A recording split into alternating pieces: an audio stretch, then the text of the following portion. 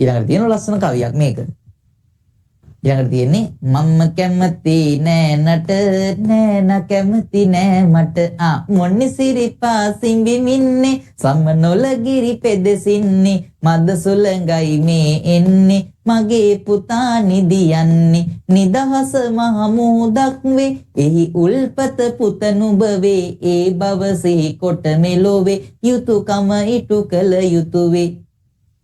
ජාතික රණ දෙරණ මතේ ගැටි වැටි මල මොතේ සුන්දර සුරඹුන්ගේ අතේ නැලවෙන බව සිතනු පුතේ කරදර දහසක් හමු වී ඉන්ටකිනම් සිනහ වෙවි ඔහු මෙලොවට පහළ දෙවි රජෙකයි සලකනු මැනවි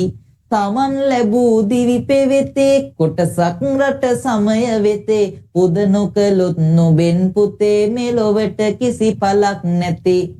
ජාතිය රන් විමනක් වේ ආගම මිනිපානක් වේ එය රැක ගන්නට මෙලොවේ සමත් වෙතොත් පුත නුඹ වේ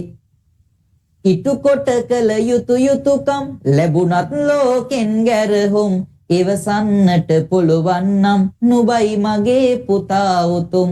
කාටත් හිමි පොදු දේනම් නැති බැරි හිඟ අවහිරකම් මේ දේ මැඩගෙන දස්කම් හැම තමයි සුරු විරුකම් මිතුරු කමින් පෙරට එතොත් දූවිල්ලක් එක්ක වුණත් මිතුරු වේයන් පුතේ උඹත් එයයි ලොවේ ගුණය මහත් සිනිදු මොලොක් බව මලෙහි පිරිසිදු බව පිනිබිඳෙහි එක්වීමා පුතුගෙලෙහි අරගනී හැම දිනෙහි මැල්ලුමකට වෙල්පලා නෙලන්න සිහි නිඟසලා යන විට රණ මොනරි වගේ